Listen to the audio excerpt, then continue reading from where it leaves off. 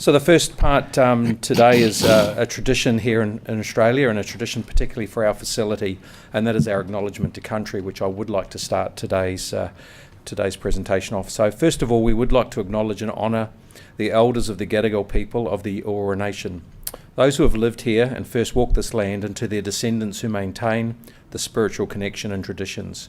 We would also like to pay respects to Aboriginal staff and health professionals who contribute providing excellent care in our hospital. So without further ado, I would now like to obviously welcome Professor Tobin back, but also again sincerely thank Professor Sulmasy and his wife Lois to Australia and to St Vincent's Private Hospital. Thank you very much. Tim, thank you. May I begin by telling people that tonight's lecture, and indeed the question and answer session afterwards, is being both taped by the ABC for one of its long-form programs, so we're delighted about that, and it's being videoed by Australian Catholic University, for what purpose I know not. But the long and the short means we've got to behave. That will mean that the odd one like myself and Dermot Nestor, the Dean of the Faculty of Theology and Philosophy, who's going to give the vote of thanks to Dan, we have to stand here and not go walkabout, but Daniel Sulmasy is allowed to go walkabout because he's all wired up. When we get to question and answer and discussion, there are a couple of mics, and my colleague Plunkett here down the back, Steve Matthews, has given me very particular instructions about how they're to be used, but we'll get to that. So you're very welcome to the annual lecture of the Plunkett Centre, and we're just delighted to have Daniel Sulmasy with us. Dan is Senior Research Scholar at the Kennedy Institute of Ethics, and he holds a joint appointment at the Pellegrino Centre for Clinical Bioethics. He is the inaugural Andre Helliger's Professor of Biomedical Ethics, with co-appointments in the departments of Philosophy and Medicine at Georgetown. Dan's research interests encompass both theoretical and empirical investigations of the ethics of end-of-life decision-making, ethics education, and spirituality in medicine. He's done extensive work on the role of intention in medical action, especially as it relates to the rule of double effect and the distinction between killing and allowing to die. He's also interested in the philosophy of medicine and in that greatly understudied topic, the logic of diagnostic and therapeutic reasoning.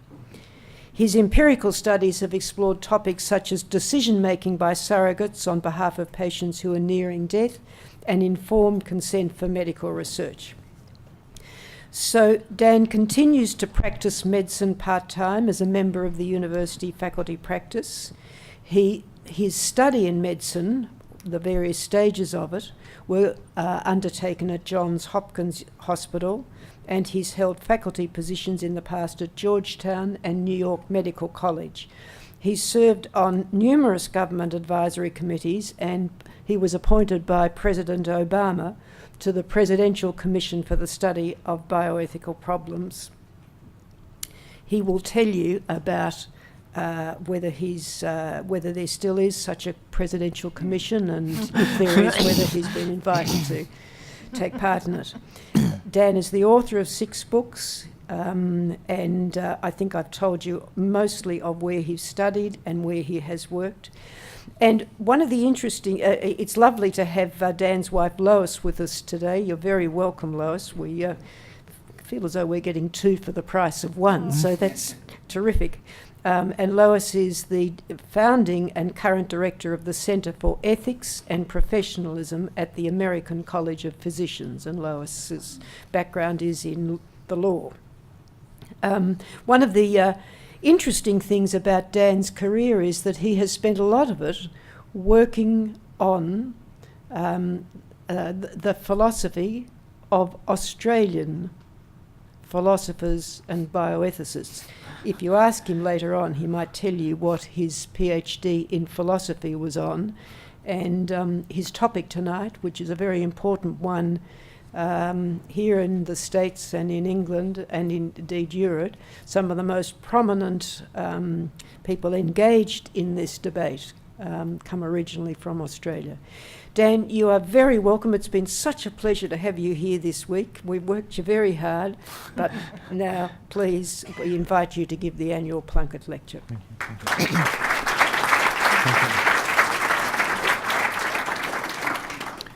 Well, thanks, Bernadette, for that very gracious introduction. Thanks, Tim, for welcoming us here as well.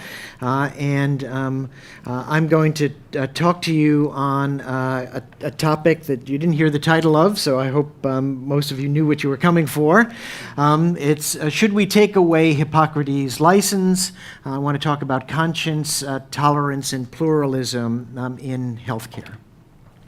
Oh, and before I start, I should answer the question that, as far as I know, there is no bioethics commission in the current administration, no plans for a bioethics commission in the current administration, and people wonder about whether there will be any ethics commission or not in the current administration. But okay.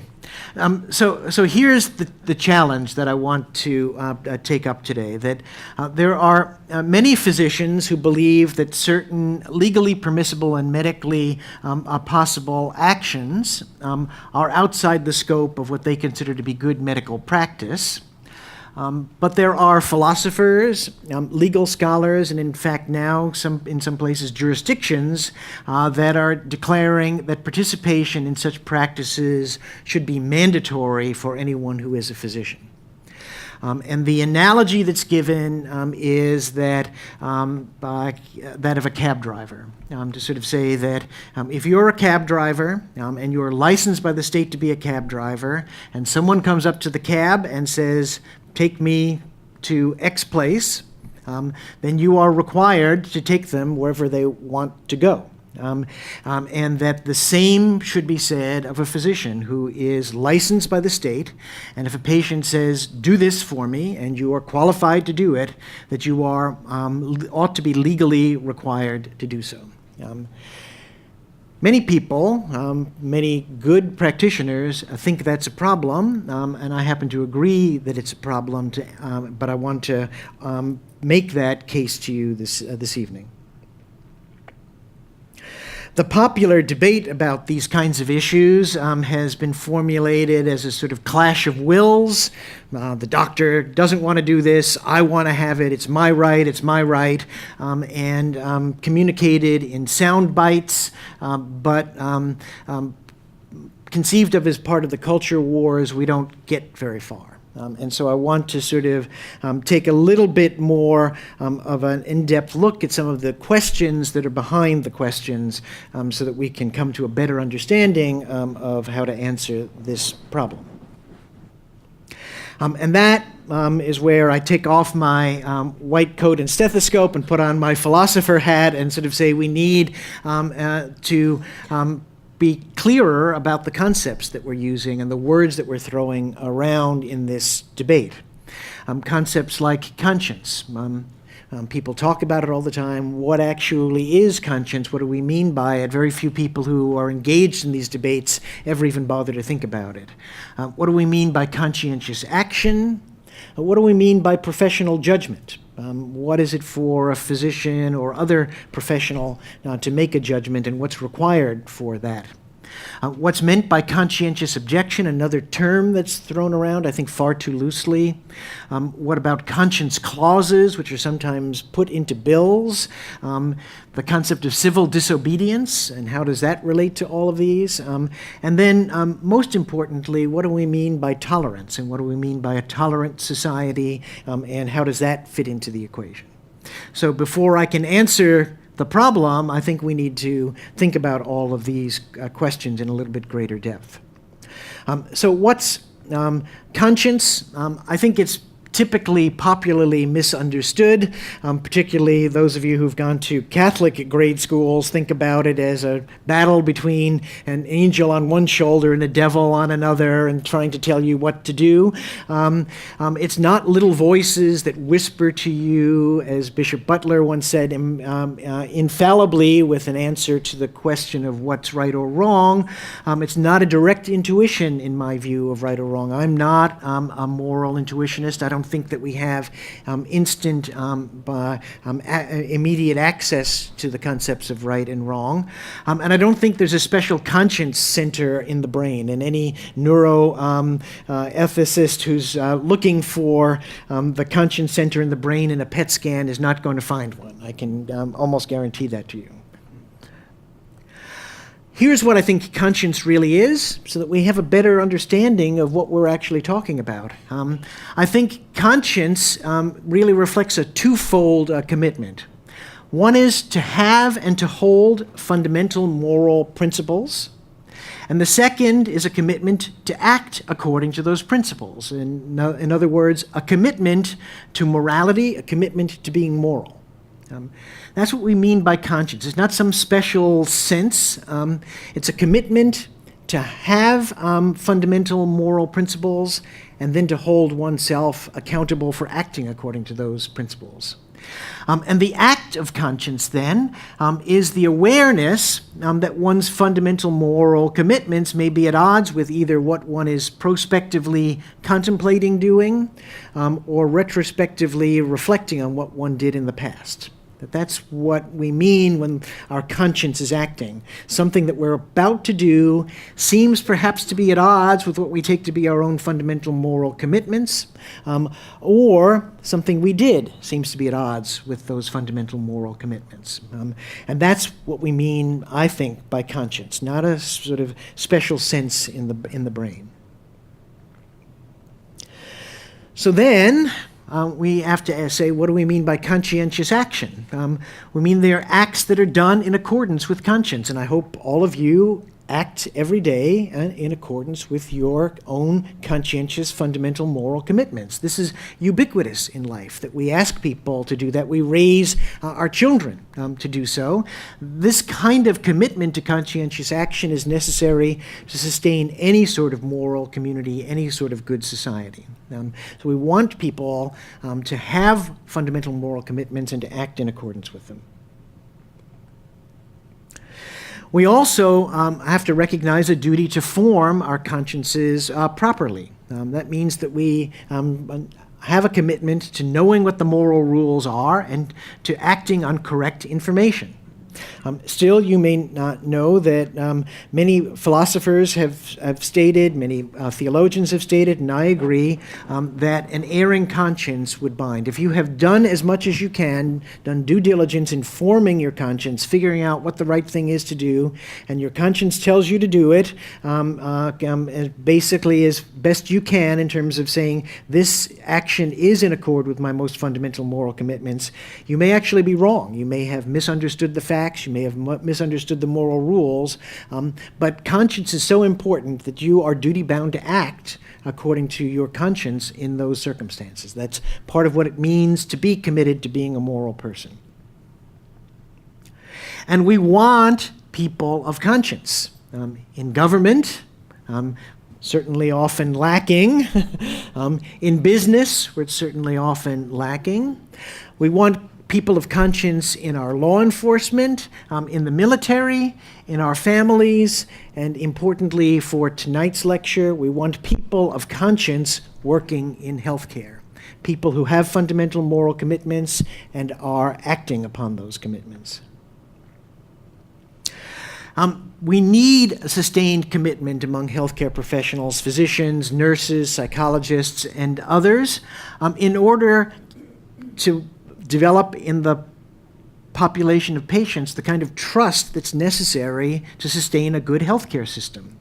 Patients ought to be able to understand that they can trust that they are seeing a nurse, a physician, a doctor who has committed himself or herself to acting in the patient's best interests, has sworn an oath to do so, and has that commitment as part of the driving force for why they're in healthcare.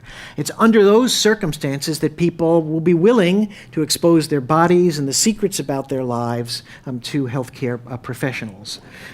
My mentor, Edmund Pellegrino, used to say that it was a bit like Plato's myth of the ring of Gyges, which, if you know the story from the Republic, Gyges had a ring which could be twisted and would make the person who had it disappear. And Gyges unfortunately used that to seduce the queen. Okay?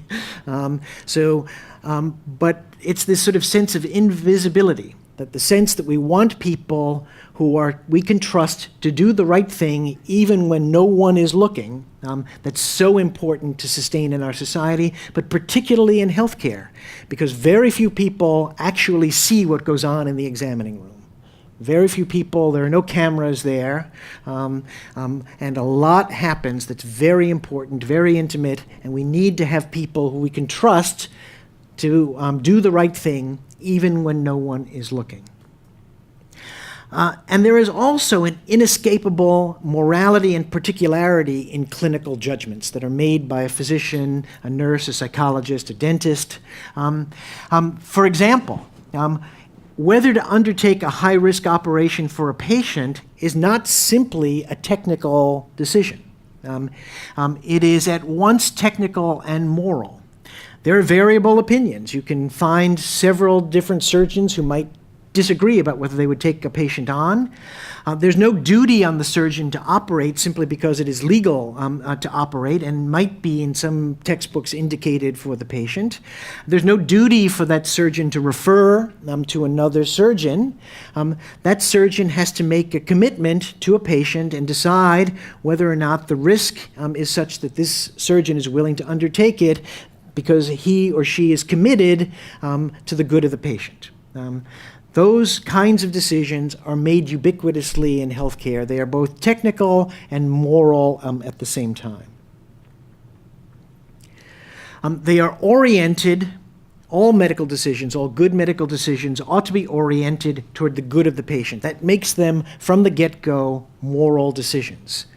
There is an internal morality to medicine, which is a practice that has a goal, a telos, which is the healing of the individual patient. And it ought to be undertaken conscientiously, that people who are swearing oaths to do this ought to be deciding whether or not what they hope to undertake, what they wish to undertake, actually is in the best interest of the patient. And if it's not, if they are influenced by finances, their own personal gain, their own perhaps laziness, that they don't simply want to do it for the patient, that ought to be pricking their consciences because it's something that is wrong to do. And when we think about physicians making these kinds of judgments, we also come to recognize that wide discretion about most of these decisions is necessary given the nature of medical practice and the variability in different individuals and in even the sort of sense of what it is that they think is best for the patient. This has been recognized for a long time. It's intrinsic to the practice of any profession. Abraham Flexner, the great reformer of healthcare education, medical education in the United States, wrote a wonderful essay about what it is to be a professional. He didn't talk about doctors, actually. It was called Is Social Work a Profession? He was just reflecting in the early 20th century on what it means to be a professional.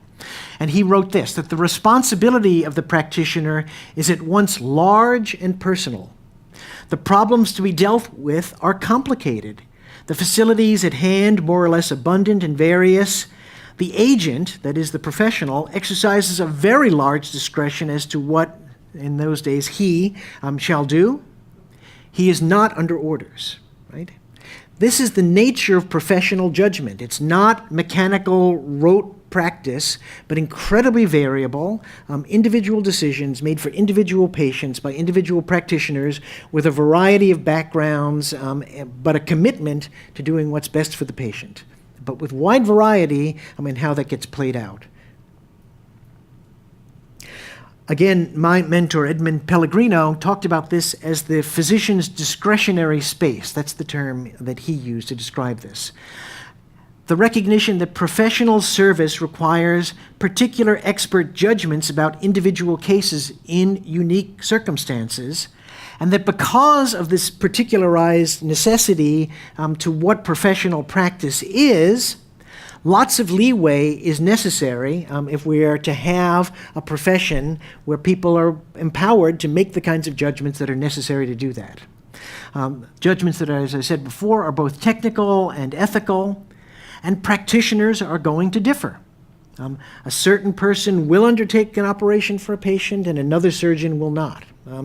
They're both committed conscientiously to doing what they think is the good for the patient, but they may have different assessments of what the risk is, different assessments of what their own skills are, and that makes a difference at the bedside. And there needs to be wide leeway given to clinicians in this setting.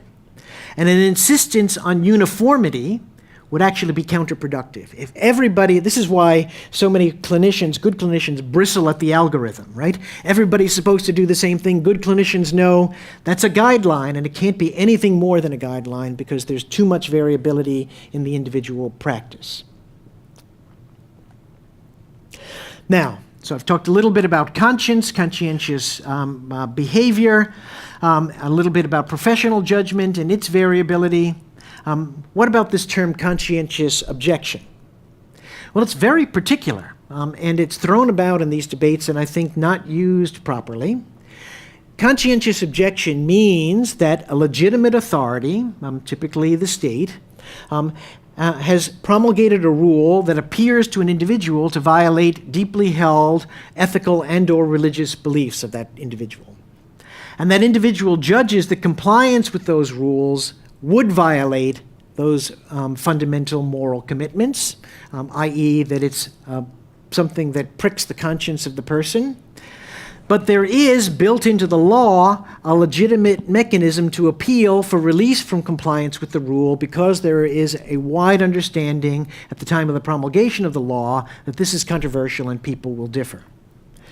And there is then built into the law a formal process of petitioning, providing evidence, etc.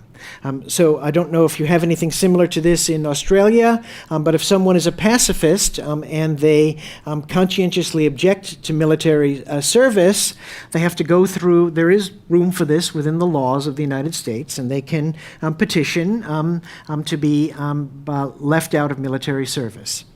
Similarly, there are some religious groups that object to oath-taking. They have to formally declare before the court that they will not take an oath, and they are then given an alternative means of assuring that they will speak the truth, because the law has already recognized a variability within the practice and provides this kind of formal legal relief from that.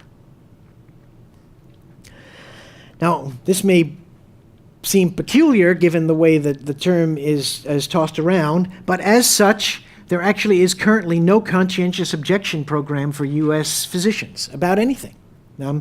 Because there's no evident need for this sort of formal conscientious objection program like we have for people who are pacifists who are drafted into military service. There is widespread conscientious practice among healthcare professionals, and because of moral pluralism, there is disagreement about certain practices, but free citizens respectfully work out their differences. This is how it simply works.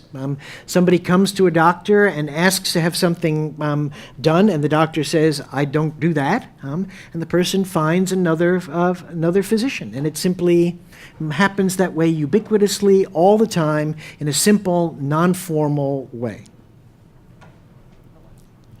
Now, how does this differ from the term conscience clauses? A conscience clause means that a legitimate authority has authorized a practice that, again, is known to be morally controversial, and out of respect for a very wide moral pluralism, because it is so controversial, and a reluctance to compel the individual conscience of particular citizens, provides an a priori assurance that non-participation in the practice on the grounds of moral objection will be tolerated. So this is not conscientious objection in the same formal way. It is simply a built-in mechanism within the law that specifically says, we know this is controversial, and therefore we're going to allow people who don't want to participate to be free from being penalized in any way for doing so. It's particularly useful to build this into a law when it's anticipated that there are vast numbers of people who are going to object to that practice. And it's an explicit buffer against the tyranny of the majority, or at least of a powerful minority, that you build into a law this kind of conscience clause. Now, at least in the United States, this has been rarely used, but in the aftermath of the Roe v. Wade abortion decision of our Supreme Court, there was a move by the U.S. Congress to build in this kind of relief about conscientious about those who conscientiously would not wish to participate in abortion, to be free not to do so and not to be penalized if they do not participate. Interestingly, in our country, and perhaps it's the same in the laws of Australia, I don't know, if you read the living will statutes, they all say that if the physician doesn't want to go along with what the patient wants, they have the possibility of not doing what the patient asks for. And this is a sort of conscience clause that's built in to those laws as well. And increasingly, these kinds of things are being built into morally controversial laws, such as for physician-assisted suicide. There's a specific conscience clause, although that's exactly what's under attack right now. All of those things differ from civil disobedience, right? In civil disobedience, either an illegitimate authority or a legitimate authority that's morally in error has promulgated a law that somebody thinks is wrong, would violate deeply held ethical or religious beliefs. There's no mechanism for conscientious objection, no conscience clause relief.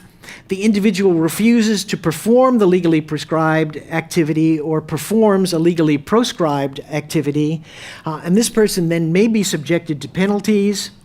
They can sometimes be misguided, but often this can be heroic, right? To stand up against a law that says you must do this, when you say in conscience I cannot, and there is no relief for you, no tolerance for that objection within the society, then you've got to be a hero to stand up against it. And it can be done. Solomon Benatar, the chief of medicine at the University Hospital in Cape Town, all during apartheid, refused to segregate his wards. Standing up to the authority. Now, he was careful about it. He was well enough respected as a medical authority that he could do so without being thrown in jail, but he was deliberately not following the law because he thought it was morally wrong. Now, this can sometimes happen. We hope that it doesn't come to that in many circumstances in healthcare. Sometimes, like in apartheid, it could. And again, a conscientious person would, in order to follow his or her conscience, would need to stand up against that. Now, how does this differ from tolerance as another concept? Well, in my view, the root of tolerance is what I call epistemic moral humility. That we recognize that while there are some things that we know are absolutely morally right or wrong, there's a wide range in which we have some disagreement, about which we are unsure, and we want to be humble about our ability to convince others that what we think is the right answer is in fact the correct answer. And so the root of tolerance for me is mutual respect for persons and their conscientious views when they may differ from each other. And a broad range of views, not an absolute range of views, there's a difference between tolerance and licentiousness, but a broad range of moral views ought to be permitted in a tolerant society. And it's not just one's private thoughts and practices that ought to be tolerated, but if you go back to Locke and the essay concerning toleration, it was not simply thoughts and religious practices, but also certain kinds of public actions. Up to a point, And that point, the bar that Locke set was pretty high for not tolerating public actions that someone was conscientiously following. And that would be views or practices that were destructive to society, and the examples he gives in the essay are sedition or regicide. Pretty high bar, right? But otherwise, we ought to give tolerance to our differing moral views. A pluralistic society ought to be a tolerant one. Tolerance is not the belief that there are no right or wrong answers in ethics, but as I said, the view that it's worth fighting about and arguing about and having ethics, because we do commit ourselves to thinking that there are right or wrong answers to well-formed moral questions, but that we recognize that not all of us have monopoly on what the correct answer is. And that we want to argue with each other and want to tolerate a wide range of views. So true pluralism for me is mutual respect for our differences in our ethical views, not just in our behaviors and personal characteristics. And intolerance means not giving sufficient leeway to those moral differences, compelling behavior thought by the individual to be immoral for reasons short of destructiveness to society. And intolerance can be perpetrated by all sides of the political and ethical spectrum, right? There can be intolerance on the right and intolerance on the left. So, with all of that as a background, why then do I think we should tolerate physician decisions not to participate in certain practices that are legally permitted when the physician himself or herself thinks that it would violate deeply held moral views? Well, the first reason is the proper relationship between profession, state, and market. Right? In a healthy, pluralistic, liberal democracy, there needs to be some balance. Neither the state nor the market should encroach too far on professional activity, just as the market should not be dominating the state. Right? That we want to have a sense in which the mere fact that something has been made legal doesn't mean that a profession has to be lockstep and do everything that the society would tolerate as legal.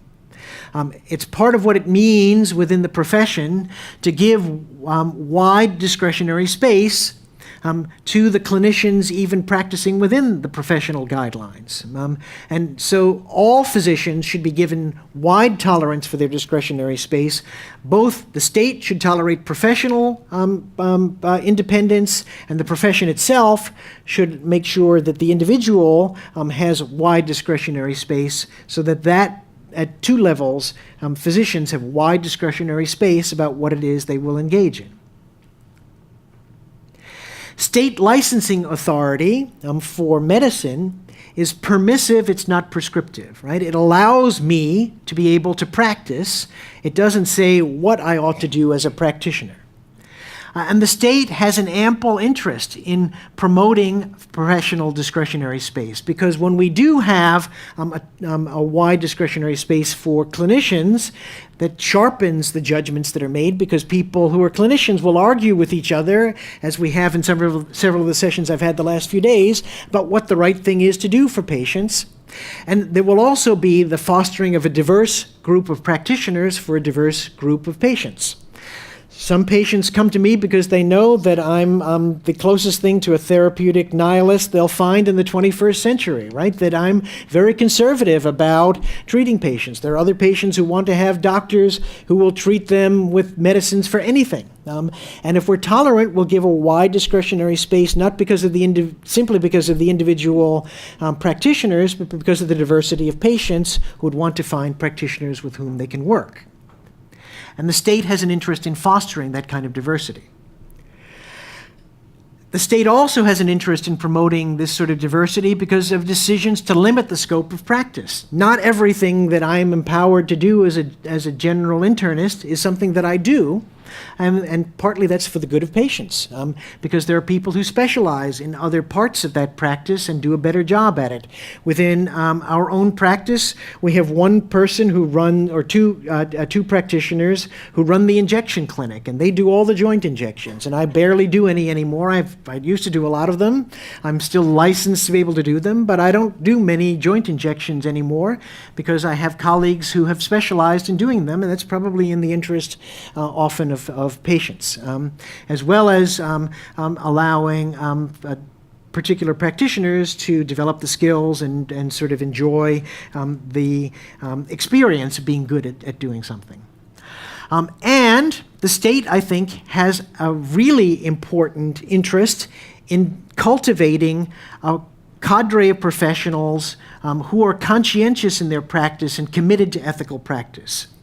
If you rule that everything has to be done and you don't allow people to have the space within which to develop their conscientious practices, then you are narrowing, actually, and enforcing everything and not developing the kind of conscientious judgment that's necessary for clinical practice. And by being tolerant of that diversity, you allow people to develop their consciences.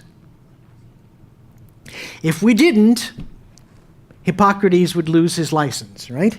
If the people I talked about at the beginning have their way, Hippocrates, who by his oath wouldn't do an abortion and wouldn't do euthanasia, would not be allowed to practice in the jurisdiction in which it was said that we've licensed you, Hippocrates, you've got to do it. A physician, in the end, is not a cab driver. Okay? Let's get this straight. This analogy misconstrues the nature of professions and a professional judgment. Hippocrates was not a hack, right? He was not just operating an automobile, but he was engaging in a practice, as I do, as my colleagues do, of a complex knowledge of science, our experience and practice and judgment at the service of individuals. A profession is very different, and a patient is not an automobile, and a physician is not a cab driver. Secondly, this analogy misconstrues the issue. It seems as if the analogy is, well, you're just prejudiced against the person you won't pick up on the street because but that's, I think, misanalogizing, right? The real issue isn't the person, it's where they want to go and why they want to get there and what they're doing. That's the objection, right? And so if that's the case, then the better analogy, even if you're going to work with the cabbie, is the cabbie should not have a moral obligation to drive you to rob a bank if hopefully the cab driver thinks it's wrong to rob banks, right? That's the analogy that ought to be used if you're going to invoke the cab driver at all. And if the principle that's being enunciated by that, if you take it to its logical conclusion, it leads to a reductio ad absurdum. If the principle is that every clinician must perform every legally permitted and medically sanctioned intervention they're qualified to perform upon patient request, then no surgeon, and I hope there are some surgeons in here who will stand up for their professional judgment, could refuse surgery based on that individual's assessments and of the patient's condition and their tolerance for risk. If this principle were true, then no OBGYN would be able to refuse a sex selection abortion if it was asked for and if it was legal within the jurisdiction. Patient asks for it, you've got to do it. There's no objection to that. An OBGYN in a nation where female genital mutilation was legal could not refuse to do so, right, if this is the principle. And a surgeon would not be able to refuse to perform plastic surgery to make a patient look like a bird, right? This has happened. This is where, sadly, some of medicine is going. There is the parrot man. I actually had I guess it was just yesterday, we had a lorikeet land on the windowsill of our hotel room. This is someone who has gotten British surgeons to cut off his ears, put horns into his head, tattoo him, etc., because he wants to look like a bird. I think that a reasonable surgeon could say, this is outside the bounds of medicine. I don't think this is good medicine. I will not do this for you. And to require a surgeon to do so, I think, is a distortion of the clinical judgment that needs to go into being a surgeon. Professions ought to establish the goals of their practice, establish the ethics of that practice in dialogue with society, but recognize within themselves the discretionary space that's necessary for individual practitioners in order to sustain the profession itself. Right? So even when the practice comes to a consensus, there needs to be tolerance for discretionary space for individuals. And physicians and other professionals should not be required to perform whatever service a patient requests merely because they're technically capable of doing so, if you want to actually have a flourishing profession in its own right. So that's the professionalism argument against this requirement for physicians to do everything that they are legally sanctioned to be able to do. When the common good is not threatened, is simply, on Lockean principles, intolerant.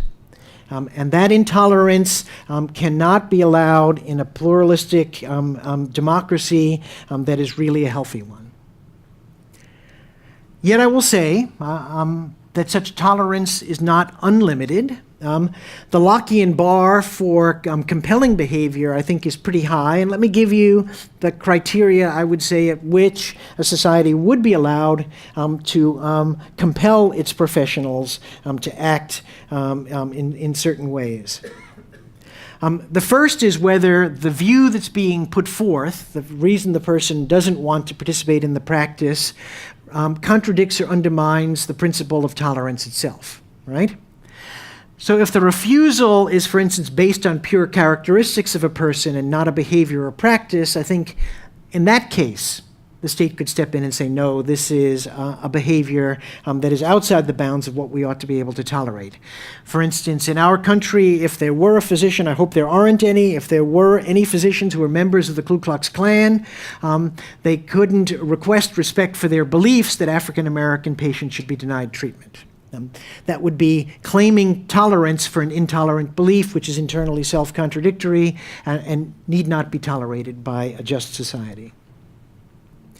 Second criteria, does the refusal entail an immediate risk of serious injury, illness, or death? So it's okay to refuse as long as what you're doing is not really threatening the life of the patient. And I want to put the bar pretty high here, not just inconvenience, but if I'm a Jehovah's Witness and I'm refusing to transfuse somebody and they're going to die as a result of it, that's a point at which I think the state could compel me to engage in that practice. But if you say that, that I need to do it because it would be inconvenient for the patient to go across the street to find another practitioner, that's not setting the bar high enough. It really has to be that kind of really high, serious level of immediate risk of injury, illness, or death. Third, does the rule regard an action or a refraining from action? I think we have to have a higher standard to compel someone to do something than to compel someone from refraining from doing something. So I presume that no physicians in Australia are allowed to prescribe LSD, and I think that's easy to justify. But I don't know if medical marijuana has been legalized in this state. Yes, it is. Okay. Well, should the law then compel every physician to prescribe medical marijuana? Then you're pushing it toward making them do an activity. I think the bar has to be higher to compel somebody to do something than to compel them to refrain from doing something. So, here are my conclusions. That once we get through clarifying the concepts, that we'll find that really the phrase conscientious objection isn't even actually the issue. What we're really talking about is a tolerant society that's willing to permit physicians a wide discretionary space in their practice because it recognizes the nature of professional judgment, it recognizes the proper balance between the profession, the state, and the market, and subscribes to general principles of tolerance for individual conscience, which make for the flourishing of a good society.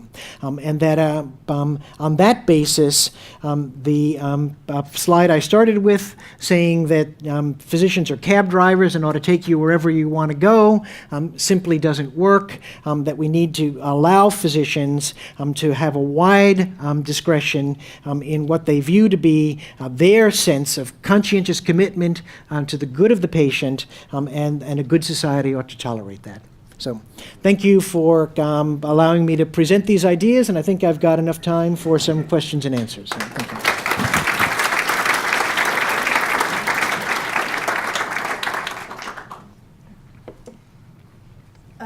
Dan, thank you very much for such a wonderful romp through the issues. Now, we do have about 25 minutes for discussion, and this is where Steve Matthews' rules apply.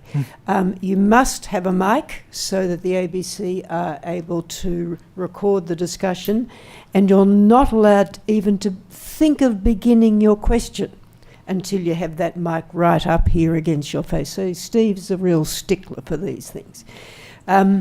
So I invite discussion. Dan, if I could just tell you that in Victoria, the law is that if you won't provide an abortion, then you've got an obligation to refer the woman to someone you know would provide it in her circumstances. So this requires quite a lot of knowledge on your part as to what the practices of your colleagues are. And that idea was picked up by a psychiatrist in New South Wales who said, well, now, if that's the law in Victoria, it ought to be the case that if a psychiatrist isn't prepared to recommend the removal of a perfectly healthy limb from someone who wants it removed, then that psychiatrist should have a legal obligation to refer the person to a psychiatrist he knows would make that referral to a surgeon. And then more recently, just at the end of last year, the Victorians have legalised giving assistance in suicide, and there's a provision in the legislation for conscientious refusal by an individual doctor, but not by an institution such as a Catholic hospital. And one, some of the great public hospitals in Victoria are Catholic. So if no one asks you anything, I might ask you to opine on those subjects. Well, those are two big questions. Let me start with the first. I think refers to or gets us into the question of the extent to which, and maybe I should go here to answer the questions for the cameras. He's smiling. The cameraman is smiling. Yes, I'm here. The first gets us into the realm of not just practice, but what makes one complicit in the actions of another, which is a very complex issue in itself. We could probably give a whole lecture on that. But let me say this, that if someone has deeply held moral conviction that a practice is wrong, and they don't want to participate in it themselves, that they also, I think, most people would recognize, have an obligation to refrain from participating in any way in that practice. And for many people, making what, at least in Canada, at least in the province there of Ontario, under their assisted suicide or euthanasia law, they call an effective referral, which seems to be what you are suggesting would be required. For many clinicians, this is equivalent to saying, I won't, drive the getaway car for you after you've robbed the bank, because it violates my deeply held moral convictions to rob banks, but my friend Joe will, and so here's the telephone number, right? And that, at a moment's reflection, would seem to be morally wrong. And so if someone has come to the conviction, conscientiously that making such an effective referral would be participating in such a way that it violates their own deeply held moral beliefs, then I think it is intolerant to require them to do so. Now, if these practices are available, and particularly widespread, it is very, and there's a lot of publicity about them. I don't think it's a grave inconvenience. Again, taking my set of criteria for when we can compel the behavior on the part of clinicians. The mere fact that somebody has to look up in the phone book someone else doesn't seem to me to be a high enough bar to have reached to sort of compel the behavior on the part of the individual. So that's the first part. Your second question relates to another complicated issue, again, about which another whole lecture could be given, which is the question of institutional conscience.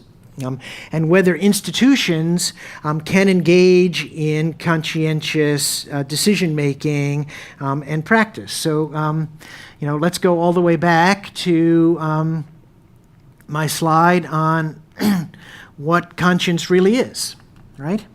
It's a twofold commitment, right? First, to have and to hold fundamental moral principles, and then to act in accordance with those principles. I would submit to you that St. Vincent's Hospital is capable of having and holding to fundamental moral principles. I suspect that you have a mission statement, right? You have religious directives as a religious institution that state explicitly the sort of fundamental moral principles that you as an institution hold. And can you collectively as an institution make decisions that are either in accord with those principles or in violation of them? I think you can. And in fact, at law, corporations are treated as persons, right? So that corporately, an institution, I think, can be capable of exercising, at least by analogy this way, conscientious action, because an institution can have and hold to fundamental moral principles and act in accordance with those principles. And to compel an institution to violate its foundational principles, I think is intolerant, the same way it would be to compel that of an individual. And again, it's not as if there aren't other institutions that could provide the care for people if they seek it. So. Good, Dan. Well, now you're probably able to look after yourself. Where is the mic? Oh, good. Okay, so good. First of all, Yes. we'll go Robert, then we'll go David Isaacs, and then we'll go Julian. So where's the other mic? Pip, have you got the other mic? Oh, The other over mic here. is on the other Good. end of the room. Okay, so Yes, we'll good. start with you, Robert. Thanks very much, Professor Sulmasy. I've found in particular your reflections on the relationship between the state and professions particularly interesting. And I wonder if I could relate that to a number of theorists you'd be familiar with and request your comment. As you know, Julian Savulescu argues that if practitioners are not required to act according to law, then they should be counselled out of the profession or counselled not to join it in the first place. That seems to me a Rousseauist theory of democracy. There's a general will, and those who do not conform to it will be forced to be free, as Rousseau said. Whereas it seems to me what you're arguing is, at least in my own understanding, analogous to what Jürgen Habermas argues, that democracy is complex. There's the state, there's the market, there's civil society, or the life world, as he calls it, and there should be a respect for the interaction between those spheres, and there shouldn't be what he calls the colonization of the life world by the state or the marketplace. Yes. And it seems to me your theory of democracy is a much richer one, a much more helpful one than the Rousseauist one. Yes. Wonder if you'd care to comment on that. Thank you. Terrific. Yes, I was quoting Locke, because no one in the United States reads Habermas, but they do think that at least in our philosophy departments, maybe some people in the in theology departments will, but sadly, no one who's European is even really sadly thought about in most, or at least no continental philosophers are really read well in our philosophy departments. So it's easier to talk about Locke. It's also easier to talk about Locke in the United States because of the dependence of our own Constitution and the thinking of our our founders upon Lockean thought. But yes, Locke's view, I think in some ways is extended, deepened, and enriched by the kind of views that Habermas makes. And yes, I think that there are a healthy pluralistic liberal democracy has multiple kinds of institutions that sort of keep all of them in this very complex way in a kind of check and balance, and that we err when one encroaches or, in Habermas's language, colonizes another. I don't know what the state is of funding, for instance, for universities in Australia, but in the United States, particularly medical faculties, maybe having the market encroaching too much on the academy because there's so much dependence on pharmaceutical money and device manufacturers in a way that I think is an unhealthy balance, because then the academy cannot exercise its proper role in judging the market because it's been colonized, if you will, by the market. Similarly here, I think it is a serious problem if professions are not allowed the sort of space that they need to occupy within a healthy, pluralistic, liberal democracy. And if they simply become agents of the state, then we run the risk that we had in the Soviet Union, in which psychiatrists could be enlisted by the government to declare dissidents to be not in conformity with the general will and therefore mentally ill, and have them locked up. And that, in fact, is not tolerant, not a robust democracy, and one that I think that we ought to a scenario that we ought to avoid. So thank you. Thanks. Now, there's a request that people identify themselves. So, Dave, would you identify yourself, please? Thanks, Bernadette. My name's David Isaacs. I'm a paediatrician here in Sydney. Thanks very much for your talk, Daniel. I enjoyed it enormously. Very concise. So you talked about institutional conscience, and as a paediatrician, I'm going to ask you for your views on the Charlie Gard case, a case recently in the United Kingdom where the institution, the Great Ormond Street Hospital, which is the leading children's hospital there, had a patient, Charlie Gard, who was an infant with a rare metabolic disorder that had caused what they felt was pretty irreversible brain damage. And I can't hold you responsible for the US neurologist who offered to give an opinion on Charlie Gard and treat him with an untried treatment if the family could afford the money, or on the US president who offered the US to do it, or for that matter for the Vatican who offered to take him to the Vatican hospital and give the treatment in Italy. But at what level do you think there should be constraints on that sort of interference, if you think it is interference, as I do, with a moral decision made by Great Ormond Street Hospital? But thanks for the question. As a point of clarification, I too was very upset when a pediatric neurologist from the United States went over and offered to help. I have heard that he actually came. I don't know how true this is. Came to the judgment himself that the patient was too actually severely already damaged by the process to actually have been helped, and would not have, and later said that he would not have actually helped the individual. So that. Whether that's right or wrong, what I think it's suggesting is that the the real deciding factor here ought to be what the institution as a healthcare institution and its individual practitioners and anybody who's coming in from the outside ought to be concerned with, which is what is the right and the good healing act for this patient in these circumstances. And I am someone who subscribes to a view of biomedical futility, and that's this. I don't want physicians to be making judgments about the quality of life of an individual by themselves, independently. That I think that's a judgment we've got to reserve to families. But I think that clinicians can make a judgment that a treatment either will not work or is not going to, to a reasonable degree of medical certainty, change the outcome for the patient.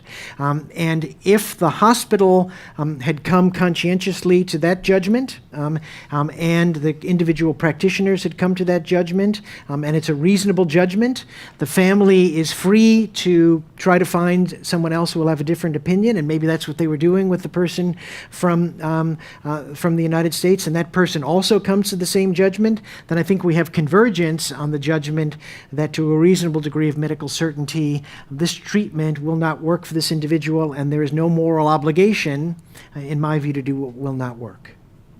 Thank you. Oh, Professor, my name's Julian Wojtylewicz. I'm a paediatrician as well. You obviously like talking. I feel I'm just taking out the micrometer and shaving the same question over again, but you've talked about physician, state and market, and certainly I would say that in the duration of my career, which isn't all that long, but the market has become a far new and more impressively large player in the scene than perhaps it was before, and certainly historically it seems to be that way too. More importantly, it seems to me the market wishes to invade the discretionary space that may or may not have been set up and that we protected and enjoyed. And it sees it actually as a challenge to undermine previous relationships and overwhelm, if you will, previous stances, simply because there is, at the end of the day, a finite control of resources and the offer of a staggeringly large amount of money to perform an act that perhaps is not in your conscience for one individual, but they wish it, that would allow you to perform an awful lot of others for someone else. So to that end, if you could expand a little bit more on the way you see the market impacting on the Hippocratic Oath and whether we need to, I know, Brexit it, leave it all together, or bring it into the tent. Yes. Well, Mike, thank you for that question. I mean, this is more general question about, again, about political philosophy. But my own view is that, particularly in the United States, we suffer from a syndrome of the overgeneralization of the fall of the Berlin Wall. Right? That the fact that, and I am not a communist, I'm not a socialist, I do not, but I think that the fact that a totally planned state economy is dysfunctional does not imply that the market is the solution to all human problems and issues. And I just came back to Georgetown from the University of Chicago, where I was for 7 years, and even the law department there is influenced by the law and economics movement. The principle is that is that the purpose of law is to increase the net social capital, and you can run a law school and run a whole theory of law on that principle. I think it's deeply problematic because it leads to questions. There's a man named Richard Epstein who used to work there. He wrote one book on medical ethics called Mortal Peril, and he says that in this, basically, I'm paraphrasing, that the wonderful thing about markets is that if through some accidental market disequilibrium or inequality you wind up losing your health insurance, you can always sell a kidney. This, to me, it ought to be recognized as the reductio ad absurdum view that everything, including health care, is simply a market commodity. I mean, there are lots of reasons to think that medicine is not a market commodity. The first is that it is not fungible in the same way that other market commodities are, right? People don't generally think that, I'll either get this heart bypass or I'll take the family to Disney World, right? Right? That it doesn't work in that same fungible way. Second, there's price inelasticity in healthcare, right? That the more anybody wants to try to do, the less, and the more important it is. People will pay anything, right, to sort of save my life, right? So we have those sorts of views. There are certainly for things like vaccines, even from market principles, externalities that are enormous, right? We get herd immunity, then everybody is protected. So even on standard classical economic theory, you have things about medicine that don't fit. And what's the solution from the people who have a sort of market-dominated, narrow mentality is, well, let's tweak things to try to make it fit the theory we already have, which is that markets are the solution to all human problems. Listen, we don't tell people who volunteer for the third-year medical students to practice physical examinations on them. Please give us your body so that we can learn from it, so that we can then sell back the knowledge we've learned from you at the highest price the market will bear. Right? That's not how healthcare works. We think of it in this more communal way. So that I think that there are ample reasons to suggest that healthcare is not a market commodity, ought not to be thought of as a market commodity. There might be market mechanisms which are used for the distribution of some of the resources that are needed for healthcare, and we can make some use of market techniques in that. But in the fundamental part of it, the relationship between a healthcare professional and a patient is not a market interaction, right? You may wake up, I can guarantee you that you will not wake up tomorrow morning suddenly in need of $100,000 worth of potatoes, right? You may, everyone in this room, wake up tomorrow suddenly in need of $100,000 worth of health care. And we need to have a society that recognizes that we pool our resources together in a way that allows that to happen in the best way possible. We can make some use of market mechanisms, but in the end, healthcare is not a market commodity, in my view. John Quilter behind them. Hi, John Quilter, the School of Philosophy at ACU.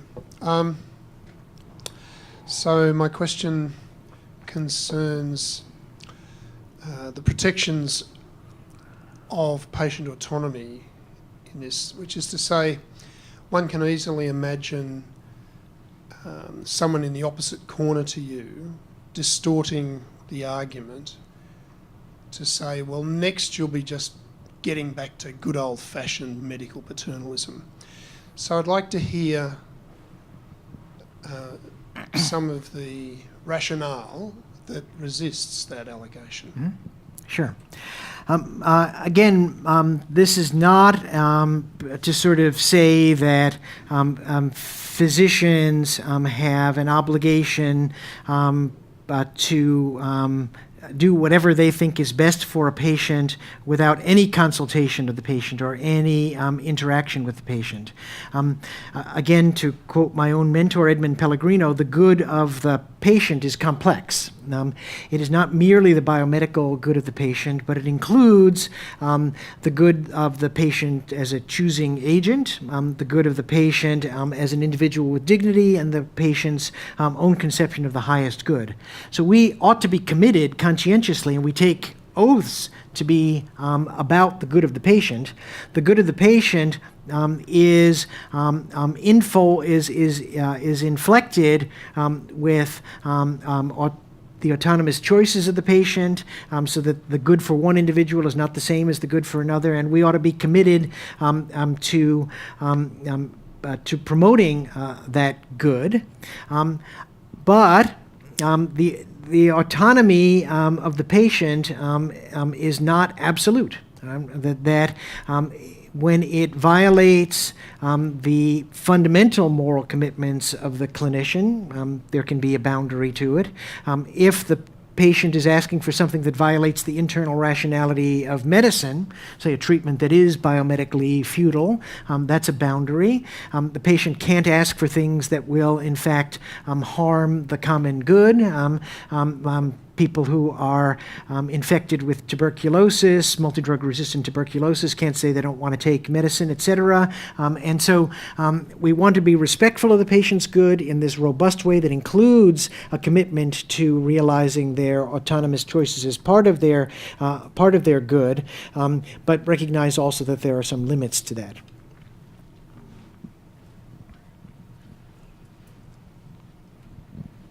Thanks very much for your talk today. I'm Michael Quinlan, I'm from Notre Dame Law School.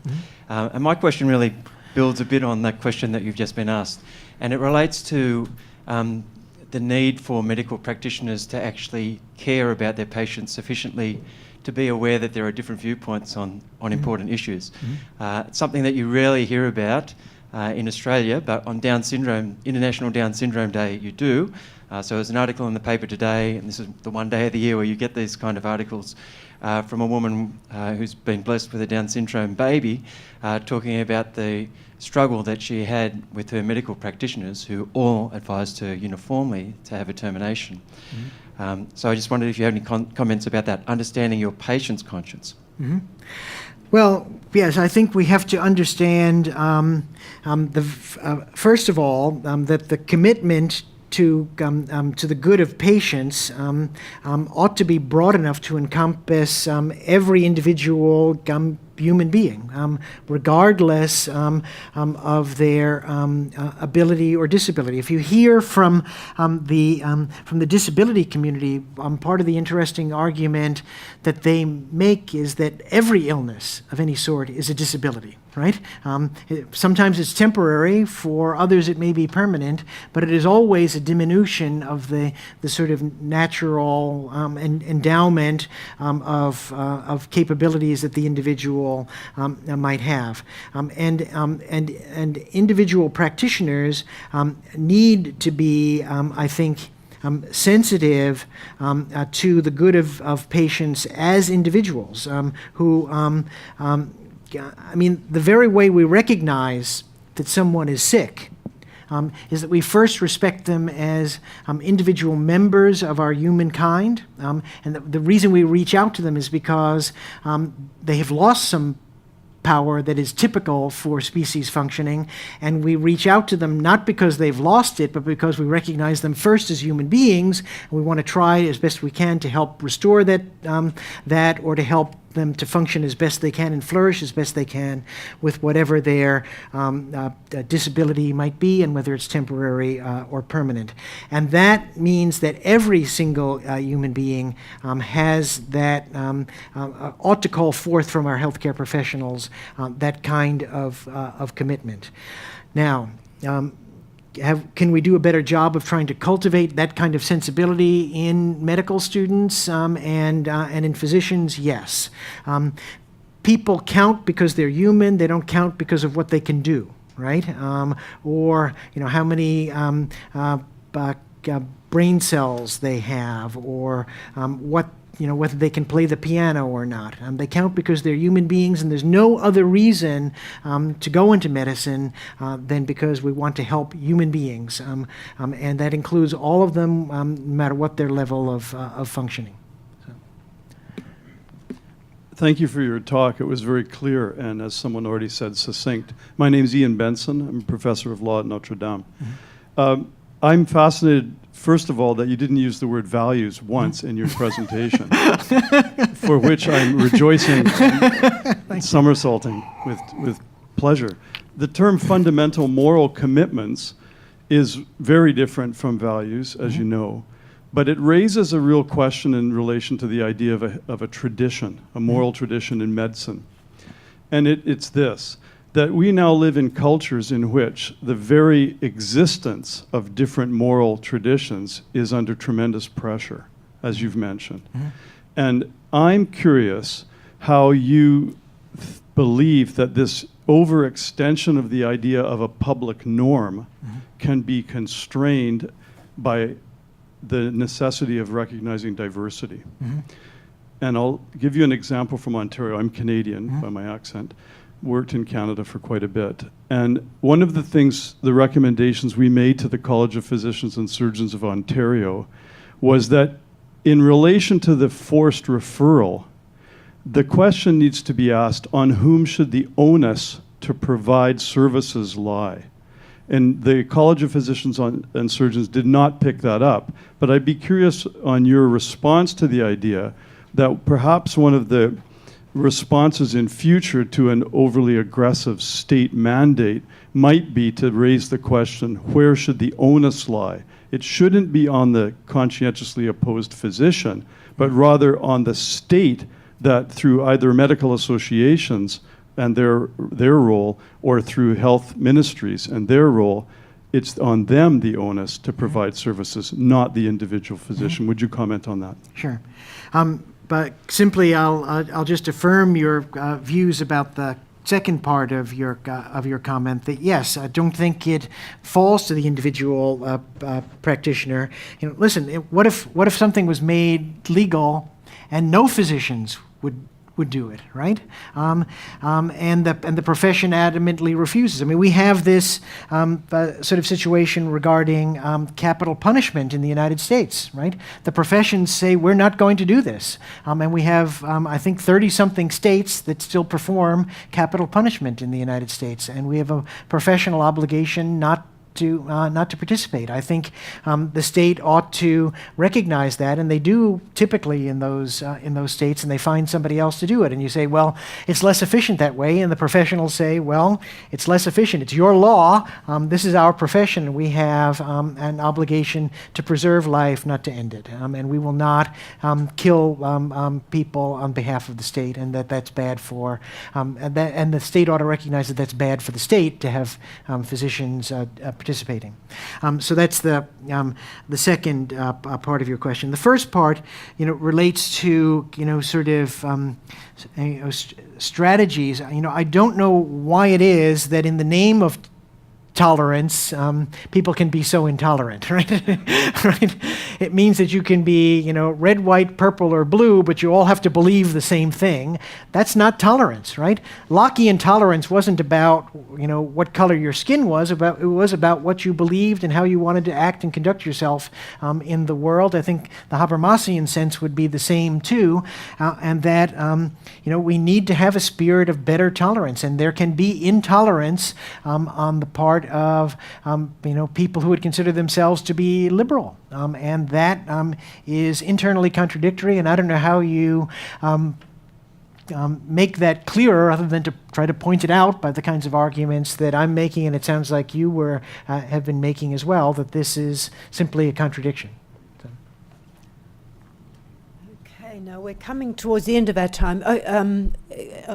Damien, yes, you're next, and then we might have time for one more over here. Thank you very much.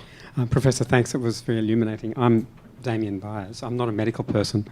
But I was wondering, we hear a lot these days about technology, and we're told that the coming kind of revolution is all about artificial intelligence. So I'm wondering what you might like to think about there, what that makes you graze into your crystal ball and see when you talk about discretionary space of professions, when we're seeing, I think underneath the heading of artificial intelligence, what we're actually going to get is a whole bunch of algorithms, and they're notoriously opaque. They kind of present themselves as, we now discovered such and such. We can see much further than we could see before, but actually what we can't see are the presuppositions inherent within those algorithms. And I wonder what those algorithms I seem could be used very much by, states to determine what can and can't be done, boundaries of practice. But, our capacity to critique where those algorithms take us, I think, is also sort of fairly scary too. I just wonder what that prompts you to say. Yes, I'll encourage you to read when it comes out. I think we're going to have it in the April issue of a journal I'm sure you all read. It's the one I edit, Theoretical Medicine and Bioethics. I'm sure it's just right. You all have subscriptions, right? Read every article, but there's a forthcoming article in it which is called Against the Eye Doctor. You've heard Abraham Verghese has written about the eye patient, right? The one we see on the screen instead of in reality. This is about this very question of artificial intelligence and the practice of medicine. I think you're right that there are several things that need to be looked at. One is certainly looking at mass amounts of data and mining mass amounts of data can help us to better understand what's going on in our patients and help the scientific practice of medicine. But first of all, at a fundamental level, there's a difference between science, in which data points are related to data points, right? And practice or common sense reasoning, in which the data are related to individuals, right? This is goes back to the sort of pre-Socratics, right? The difference between science and art. You can find it in Aristotle, and people have talked even like Osler about the art and the science of medical practice. It is not all a science. It will never be all a science. It is about science in the service of individuals, which is what professional judgment actually is. And algorithms can help us. But they are maps. They are not meant to be absolutely telling us exactly what to do, and cannot tell us what to do in every individual circumstance. There are also other things that are very peculiar about how we're being told that the eye doctor will save us and we're not going to actually need physicians. One of the examples I give is that one of the most important things that a clinician can do, that thus far, at least, computers can't. Maybe they'll find ways to do face recognition and read the language of body movements and tone of voice. But what you get from the algorithm is you feed data into it, right? What I get from a patient is, I'm not really sure that they're telling me the truth, right? They're hiding something here, and I get this sort of sense clinically that what seems to be a data point simply to feed in is not actually accurate, and that's something that comes from what somebody like Polanyi might call tacit knowledge, tacit sense of what's going on, that I don't think can be done algorithmically. You talked too about recognizing the assumptions behind some of the algorithms, some of which actually then become moral assumptions, which are hidden ones. And the argumentative form of most algorithmic thinking is implicit utilitarianism. It's all about maximizing the outcomes, not thinking about any other aspects of the care, the importance of the relationship itself, the individual relationship, the importance of touch in the doctor-patient relationship. I think there are a zillion other things we could say. I think that artificial intelligence can help in terms of understanding better the science, but will not ultimately replace physicians. So Dan, just one last question over here. Hello, I'm Vincent, a school student. So previously you mentioned that doctors want to help their patients, right? So you also mentioned the case about the Birdman. And I was wondering about what if the birdman was happier as a bird than as a man? Mm-hmm. And actually, what I was thinking also is that the birdman isn't really hurting anyone else. People who make earrings might be sad. Mm-hmm. But he's not, he has control over his own body. And actually that question also applies to trans handicapped people. And also to how about transgender, which is something much more acceptable? What are your views on this topic? Mm-hmm. Well, let's, for simplicity's sake, just stick to the question of the Birdman. The question. It raises sort of fundamental questions about ethics and what its purpose is, right? And my view is that the purpose of ethics is to help us to make the decisions that will help human beings to flourish as the kinds of things that they are, to help us to flourish as human beings. When we use a word like good, right, we have to use it in relationship to what the thing is that we're talking about, right? So the word good is just not abstract, but it relates to what kind of thing it is. So a good knife, right, is, and to understand what a good knife is, we have to understand what the purposes of a knife is, and then we can say what the characteristics of it that make it good, right? So it's sharp, it's got to have a certain balance, shape to the handle, weight, etc. So then the question becomes whether, looking like a parrot is flourishing as a human being or not. Now, I'm willing to give people fairly wide discretion as human beings in deciding what will make them happy or not. But then you have to also say, is it possible for a physician, and this is the only part I was making in the argument, is it possible for a physician to say that it is my view that making somebody look like a parrot is not helping that person to flourish as the kind of thing that they are, is not helping them to flourish as a human being. The purpose of medicine is to heal, to make people, and it's not to make them happy in any way, right? It's to help them to flourish biologically so that they can then flourish in any other ways they choose to, and that there are limits on what the practice of medicine ought to be. The person wants to go to see a tattoo artist, they have a different profession, right, than the profession of medicine. And so the question that the physician asks is, am I actually healing this person by cutting off their ears? Am I making them flourish more as a human being? And I think very reasonable people will say, no, I am not in that case, and that we ought to tolerate a physician saying that I will not do that for that individual because I don't think that this is helping them to be healed or to flourish as a human being, even if they want to find some other way to do so. So, Dan, please sit down for a moment after that wonderful tours de force. I now would like to call on Professor Dermot Nestor. Dermot is Dean of the Faculty of Theology and Philosophy at ACU, great supporter of the Plunkett Centre, great friend of ours. And Dermot, I'd ask you to propose the vote of thanks to Dan. Thank you, Bernadette. Remember to speak only at the microphone. A vote of thanks, the act of formally and publicly thanking someone or organisation for something they have done. That's the definition in the dictionary. I had to look it up because I haven't done one in quite some time. And I quickly realised this is, in sporting terms, that's a game of two halves. But half of that I can write without ever being here. I can thank the people who I know have been involved in organising the event. The other half I have to be here for, to thank you for what you've done. But I'll get around to some of that in a minute. I like the definition also because it is delightfully useful and welcoming. It allows me to include everyone who has made a contribution and to do so formally, that is, albeit without a tie, and publicly standing behind this lectern. And first of all, of course, I'd like to thank the people who've made the event happen.